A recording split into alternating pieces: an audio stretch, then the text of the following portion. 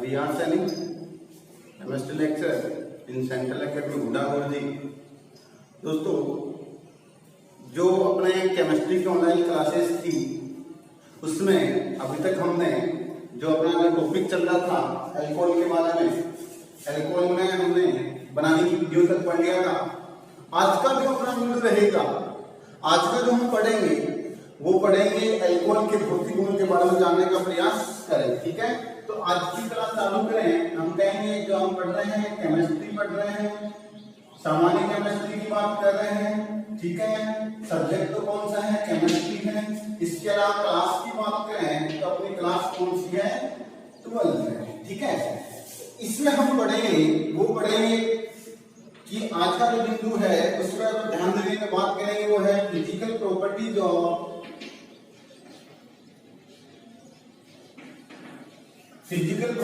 Of alcohol. आज का जो बिंदु है वो हम पढ़ेंगे एल्कोहल के भौतिक गुण, physical properties of alcohol, alcohol के भौतिक गुणों के बारे में जानने का प्रयास करेंगे। हिंदी में बोले तो लिखेंगे एल्कोहल के भौतिक गुण, एल्कोहल के भौतिक गुणों के बारे में हम चर्चा करेंगे। किसके बारे में, एल्कोहल के भौतिक गुणों के बारे में हम चर्चा करेंगे। देखो इस ध्यान देना, एल्कोहल के जो भौतिक गुण है इनको मुख्य रूप से हम कैसे पढ़ेंगे। एक तो भौतिक अवस्था के बारे में पढ़ेंगे, इसमें एक तो क्या बोलेंगे भौतिक अवस्था का लेंगे, दूसरा हम लेंगे कवचनांक का ले लेंगे, कवचनांक हम, तीसरा हम जल में विलयता की बात करेंगे, विलयता की चर्चा करेंगे। किसी बात करेंगे, विलयता की चर्चा करेंगे। इन सभी के बारे में गंध की बात कर लेंगे, गंध कैसी है वो बात करेंगे। इन सभी के बारे में हम विस्तार से जानने का प्रयास करेंगे। यानी भौतिक गुणों में मुख्य रूप से भौतिक अवस्था, कवचनांक और जल में विलयता, और इसके बाद हम कहें गंध, इन सब के बारे में जानने का बात यानी जानने का प्रयास करेंगे। और बात करें तो हम गंध की बात कर सकते हैं, गंध कैसे, स्मेल की बातें करें। तो एक एक के बारे में विस्तार से जानने का प्रयास करते हैं, एक एक बिंदु को हम कवर करते हैं, पूरी बात हम जानने का प्रयास करते हैं। ठीक है, सबसे पहला जो बिंदु हम पढ़ेंगे भौतिक अवस्था में, यह हम कहें फिजिकल प्रॉपर्टीज ऑफ एल्कोहल। इसमें जो पहला बिंदु हम पढ़ेंगे वो पढ़ेंगे फिजिकल स्टेट, फिजिकल स्टेट यानी हम कहेंगे भौतिक अवस्था। भौतिक अवस्था के बारे में जानने का प्रयास करेंगे।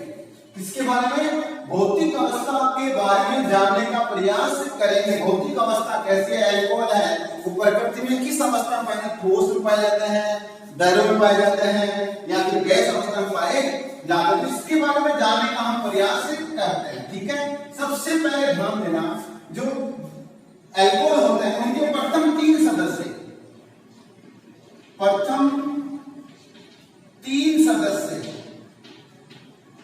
अब प्रथम 3 सदस्य कौन कौन से, उसमें हम कहेंगे मेथनॉल, एथेनॉल और प्रोपेनॉल।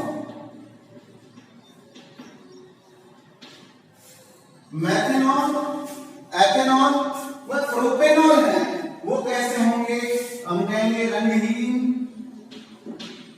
कलर कैसा हो गया, रंगहीन, तीक्ष्ण गंध युक्त,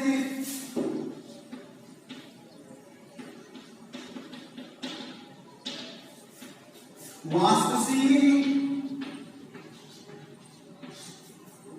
तीक्ष्ण गंध युक्त वाष्पशील द्रव होते हैं, द्रव होते हैं। हमने पहली बात कही, हमने कहा प्रथम 3 सदस्य जिसमें मेथनॉल आ गया, एथेनॉल आ गया, प्रोपेनॉल आ गया, वो रंगहीन होते हैं, तीक्ष्ण गंध युक्त होते हैं, वाष्पशील द्रव होते हैं। अवस्था कैसी इनकी? वास्तविक दैव अवस्था है, वास्तव में बदल कर खुले छोड़ देंगे क्या हो जाएंगे? इनका वास्तविक आसानी से हो जाएगा। लेकिन अभी हमने कहा तीक्ष्ण गंध, इन तीक्ष्ण गंध में से हमने कहा जो एथेनॉल है इसमें अलग गंध आती है, मधुर गंध आती है। एथेनॉल में कैसी गंध आती है? एथेनॉल C2H5OH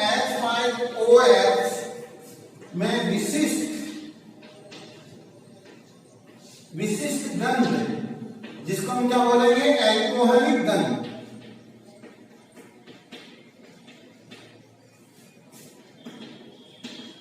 आती है। कैसे होती है? एल्कोहलिक गंध यानी विशिष्ट गंध होती है, एल्कोहलिक गंध होती है। इसके अलावा हम बात करेंगे कार्बन 4 से 11। कार्बन 4 से 11 है, वो कैसे होते हैं? द्रव्य होते हैं, वो क्या होते हैं? द्रव्य अवस्था में पाए जाते हैं। और इसके अलावा उत्तर क्या होते हैं? मोम जैसे ठोस होते हैं और द्रव्य अवस्था में। और इससे ज्यादा है वो 11 से अधिक यानी 12 से लेकर उच्चतर यानी उच्च अनुभार वाले उच्चतर एल्कोहल कैसे होते हैं? मोम जैसे ठोस होते हैं, मोम जैसे ठोस होते हैं। अब बात आती है कि इनमें और इनमें अंतर क्या है? यहाँ क्या है? वाष्पशील थे और यहाँ क्या है? अवाष्पशील है। इनमें वाष्पशीलता का गुण नहीं पाया जाता है। ठीक है, तो हमारे पास पहला बिंदु था भौतिक अवस्था। इसमें हमने कहा प्रथम 3 सदस्य हैं वो तीक्ष्ण गंधयुक्त वाष्पशील द्रव्य होते हैं और कार्बन संख्या 4 से 11 तक की केवल द्रव्य अवस्था में होते हैं और कार्बन संख्या 11 से ऊपर यानी उच्चतर या उच्च अनुभार वाले एल्कोहल कैसे होते हैं? मोम जैसे ठोस होते हैं, मोम जैसे ठोस होते हैं। कैसे होते हैं? मोम के समान ठोस अवस्था में पाए जाते हैं। ठीक है, ये बात होगी अपनी पहली बात होगी भौतिक अवस्था की बात होगी और इसमें हमने कहा रंग और गंध की बात भी हमने कर ली है। ठीक है, अब इसके बाद में बिंदु नंबर 2 आता है। सेकंड बात करते हैं, दूसरी बात करते हैं हम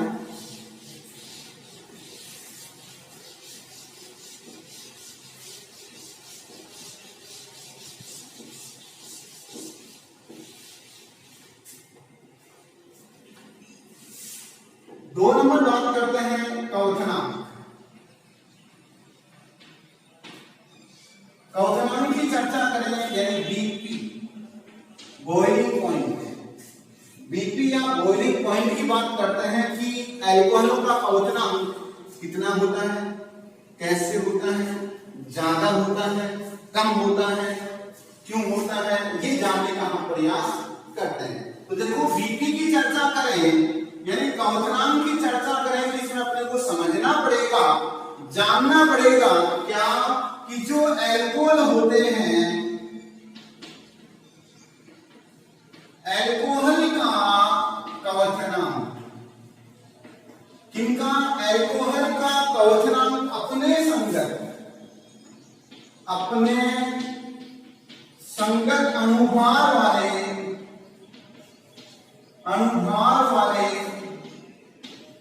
एल्केनो एल्कीनो एल्किल हैलाइड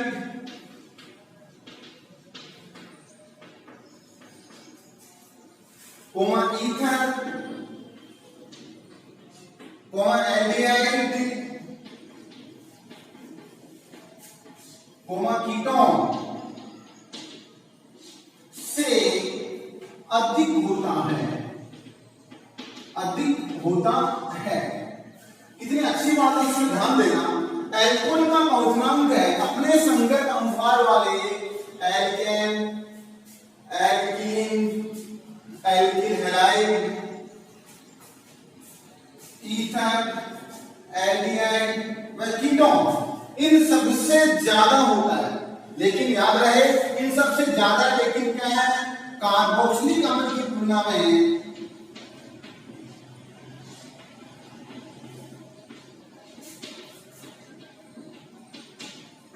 कम होता है।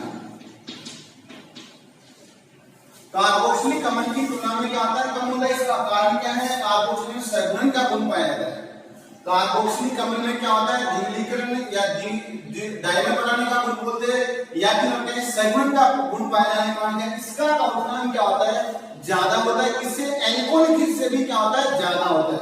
लेकिन इसके अलावा aldehyde, ketone, ether, alkyl halide, alkene, alkane, इनसे क्या होता है तो एल्कोहल का क्वोथिनांक क्या होता है, ज्यादा होता है। तो आपसे सवाल पूछा जाए कि एल्कोहल का क्वोथिनांक क्यों होता है ज्यादा, एल्डिहाइड, कीटोन, एल्किल हैलाइड, इनसे क्या होता है एल्कोहल का क्वोथिनांक ज्यादा क्यों होता है। तो इसका कारण दोगे कि क्या एल्कोहल में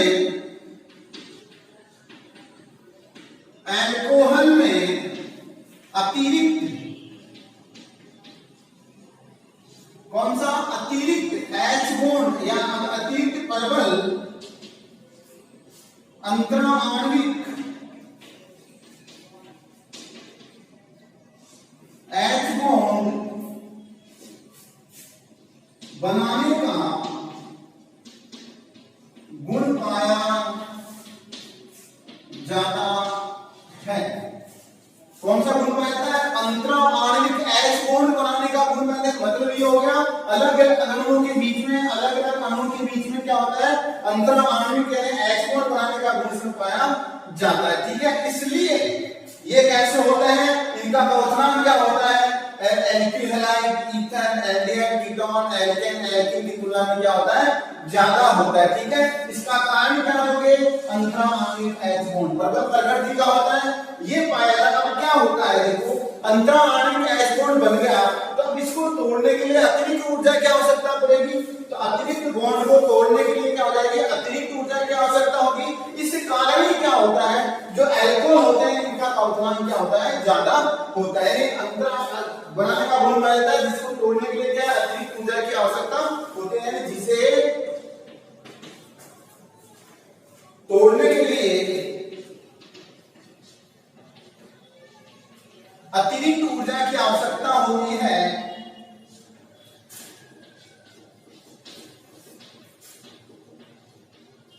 अतिरिक्त ऊर्जा की आवश्यकता होती है, इसी कारण एल्कोहल का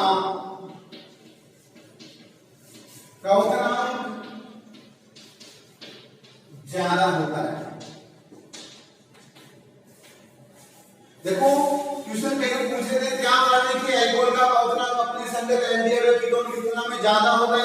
इसका उत्तर दोगे आप, क्योंकि एल्कोहल में अतिरिक्त H बॉन्ड बढ़ाने का गुण पाया जाता है, जिसे तोड़ने के लिए अधिक ऊर्जा की आवश्यकता होती है। ठीक है, अब हम बात करते हैं, देखो हम बात करते हैं कि अगर अनुभार बढ़ाया जाए तो इसके क्वोथिनांक में वृद्धि होगी या फिर कमी होगी। तो ध्यान देना, अगली बात करते हैं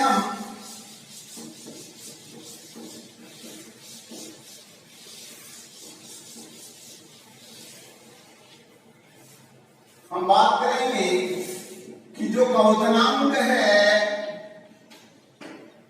क्वोथिनांक समानुपाती अनुभार।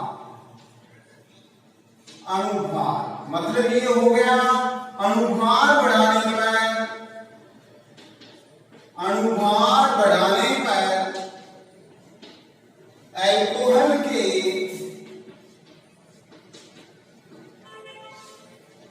क्वोथिनांक में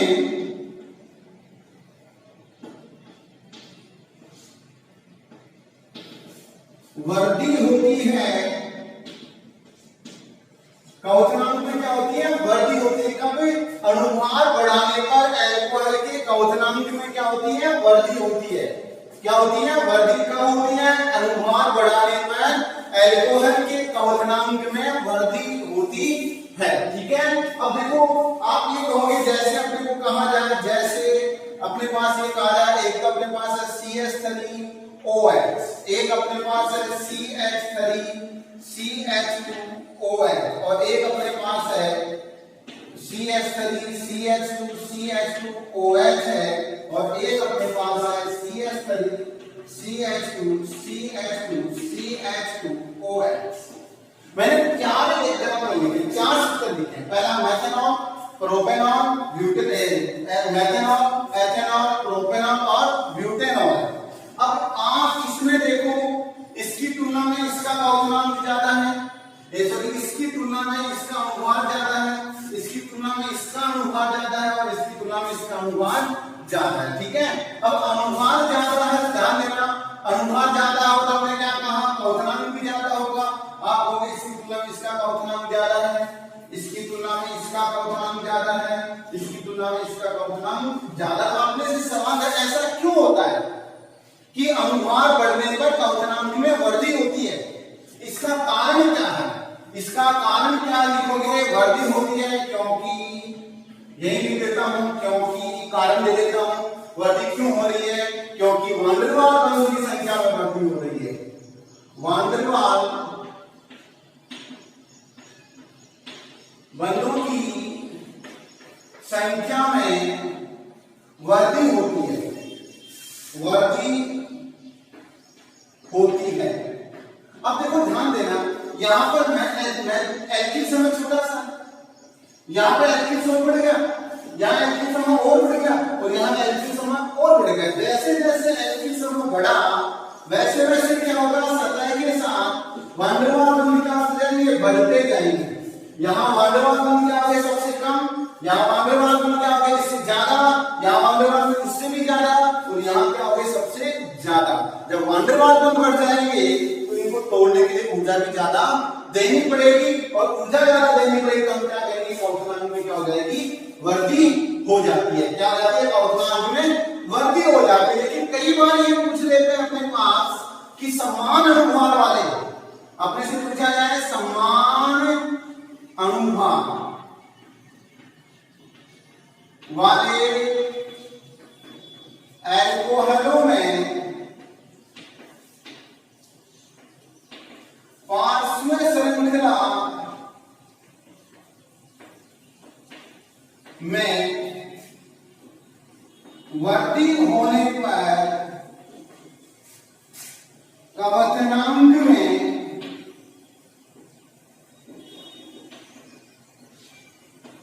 वृद्धि होती है, क्वथनांक में कमी होती है।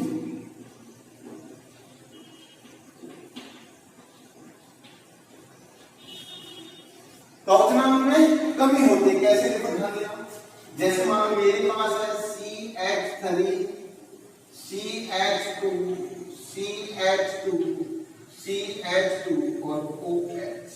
ये जानने से पहले बता दूं आपको एक छोटी सी बात को बता देता हूं। एग्जाम में जाने से पहले हम लिखते हैं कि जो क्वथनांक है वो सीधा समानुपाती 1 बटा पार्श्व श्रृंखला की संख्या। ठीक है, यानी इसका मतलब है क्या, बिल्कुल अनुपाती। अगर पार्श्व श्रृंखला बढ़ेगी तो अपने पास क्वथनांक में क्या आएगी, कमी आएगी। पार्श्व श्रृंखला बढ़ने में क्या आएगी, क्वथनांक में कमी आ जाएगी। कैसे देखो ध्यान देना, जैसे मान लो मेरे पास है CH3 CH2 CH2 CH2 OH। Clear? दूसरा मेरे पास है CH3 CH2 OH और तीसरा मेरे पास है CH3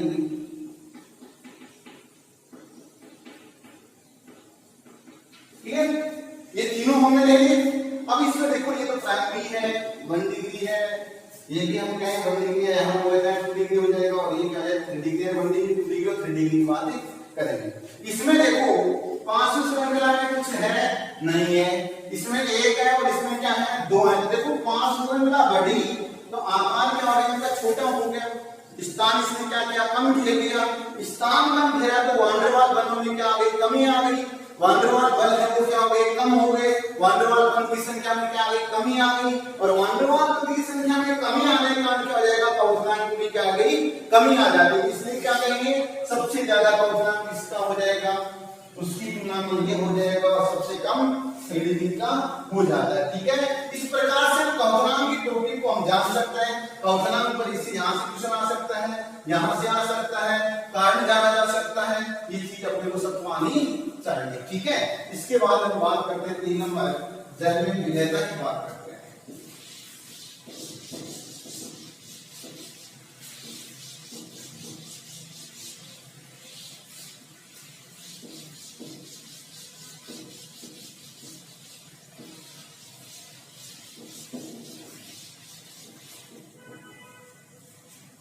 3 नंबर बात करेंगे जल में विलयता। जल में विलयता की चर्चा करते हैं। जल में घुलेंगे या नहीं घुलेंगे, ध्यान देना। एल्कोहल है, एल्कोहल है वो जल में, एल्कोहल जल में विलय होते हैं। अब क्यों होते हैं? क्योंकि ये जल के साथ H बॉन्ड बना लेते हैं। जल के साथ H बॉन्ड बना लेने का क्या हो जाएंगे? जल में विलय होते हैं, जल में घुल जाते हैं। अब देखो ध्यान देना, मेरे पास जैसे मान लो ROH, ये क्या है? एल्कोहल है। इस एल्कोहल में ये भाग जो एल्किल समूह है, ये तो क्या है? जल विरागी भाग। जल विरागी भाग यानी जल से सने नहीं रखता है, जल से दूर भागने का प्रयास करता है, जल विरागी भाग है। और ये भाग मतलब हाइड्रोक्सी समूह भाग है, ये क्या है? जल स्नेही भाग है, जल स्नेही भाग है। ठीक है, अब याद रखना, समझना, जल स्नेही में वृद्धि होगी तो विलयता बढ़ेगी। इसमें अगर वृद्धि करें तो विलयता बढ़ेगी, और अगर इसमें वृद्धि करें तो विलयता में क्या आ जाएगी? कमी आ जाएगी। विलयता में क्या आ जाएगी? कमी आ जाएगी। जैसे मतलब मेरे पास है, मैं ऐसा लिखूं CH3OH, फिर लिखता हूं CH3CH2OH, और फिर लिखता हूं CH3CH2CH2OH। अब इसमें ध्यान देना, इसमें R है वो 1 कार्बन वाला है, इसमें 2 कार्बन का एल्किल समूह है, और इसमें 3 कार्बन का एल्किल समूह है। R में वृद्धि हो रही है, एल्किल समूह में क्या हो रही है? वृद्धि हो रही है। और एल्किल समूह में वृद्धि होने के कारण हम क्या कहेंगे? इनकी विलयता में क्या आ जाएगी? कमी आ जाएगी, क्योंकि जल विरागी भाग बढ़ रहा है, और जल विरागी भाग बढ़ेगा तो क्या विलयता में कमी आएगी। हम क्या लिखेंगे? सबसे ज्यादा जल में विलय, और इसमें इससे कम क्या लिखेंगे? जल में विलयता, जल में विलयता व्युत्क्रमानुपाती अनुभाग। मतलब ये हो गया, अनुभाग बढ़ने पर जल में विलयता है, एल्कोहल की जल में विलयता घटती है। अनुभाग बढ़ने पर एल्कोहल की जल में विलयता घटती है। क्यों घटती है? इसका कारण आपने क्या कहा? क्योंकि अनुभाग बढ़ेगा तो क्या हो जाएगा? जल विरागी भाग में क्या हो जाएगी? वृद्धि हो जाएगी। जल विरागी भाग में क्या हो जाएगी? अनावश्यक वृद्धि होने से क्या हो जाएगा? हाइड्रोजन बंध आसानी से नहीं बनेगा। ठीक है, इसी प्रकार से हम बात करें कि अभी हमने कहा जल विरागी भाग बढ़ गया तो इसमें जल में क्या हो गई? विलयता में क्या आ गई? कमी आ गई। लेकिन ध्यान देना, एक चीज याद रखना सभी, कि जो एल्कोहल श्रेणी के प्रथम 3 सदस्य हैं, ROH श्रेणी के प्रथम 3 सदस्य हर अनुपात में, सभी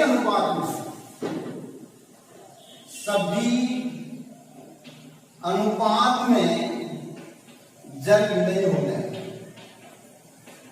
जल विलय होते हैं। मतलब कितना भी डाल दो वो क्या हो जाएंगे? जल में घुल जाते हैं। सबसे इंपॉर्टेंट बात है, प्रथम 3 सदस्य क्या हो? किसी भी अनुपात में, चाहे कोई भी अनुपात रहे, उसमें क्या हो जाएगी? विलय हो जाएंगे। इस प्रकार से दोस्तों हमने एल्कोहल के भौतिक गुणों के बारे में चर्चा की है। उम्मीद कर रहा हूं आपकी समझ में आ रहा है। ठीक है दोस्तों, थैंक यू।